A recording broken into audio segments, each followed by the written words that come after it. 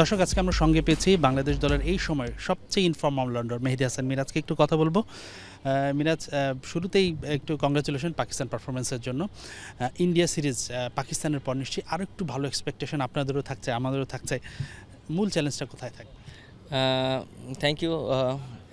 অবশ্যই চ্যালেঞ্জটা থাকবে, কারণ আপনি দেখেন যে পাকিস্তান সিরিজ আমরা যেভাবে খেলেছি সবার প্রত্যাশা বাড়িয়ে দিয়েছি। সো আমাদের ব্যাটাররা যদি আমরা রান করতে পারি, লাইক বড় ইনিংসগুলো খেলতে পারি, তাহলে আমাদের বোলারদের জন্য ইজি হয়ে যাবে। আপনি যখন আন্ডার-19-এ খেলেছিলেন তখন আপনি কিন্তু মিডল অর্ডারে রেগুলার ব্যাটিং করতেন, হয়তো ন্যাশনাল টিমে এসে সেই সুযোগটা হয় না, কিন্তু মিরাজ আস্তে আস্তে সেটা দেখিয়েছে যে তার ব্যাটার মিরাজের সামর্থ্য।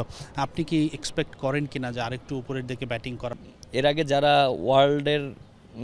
মানে ওয়ার্ল্ড ক্লাস প্লেয়ার ছিল, অলরাউন্ডার, তারা কিন্তু সবাই ম্যাক্সিমাম উপরে ব্যাটিং করেছে। আপনি দেখেন যে জ্যাক ক্যালিস, ও কিন্তু নাম্বার 3-তে ব্যাটিং করে তারপর অলরাউন্ডার ছিল, এবং সাকিব ভাই উপরে ব্যাটিং করেছে এবং ব্যাটিং বোলিং দুইটাই ডমিনেট করেছে সবসময়।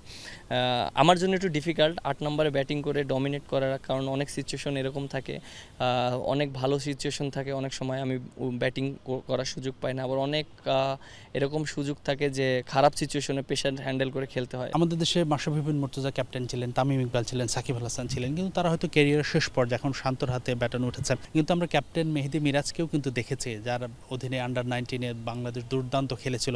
তো সবারই এক্সপেকটেশন ছিল যে মিরাজ হয়তো ভবিষ্যতে ক্যাপ্টেন হবে।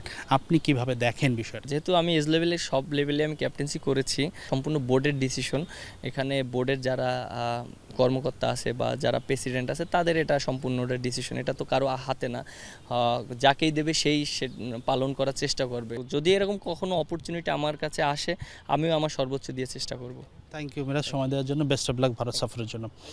দর্শক, মেহেদী মিরাজ যেটা বলছিলেন যে তিনি উপরের দিকে ব্যাটিং করতে প্রস্তুত, দায়িত্ব নিতে প্রস্তুত, প্রয়োজনে অধিনায়কত্বের গুণাবলীটাও দেখাতে চান যুব দলের মতোই জাতীয় দলেও। হাসানুর রহমান, যমুনা স্পোর্টস, শের বাংলা জাতীয় ক্রিকেট স্টেডিয়াম, ঢাকা।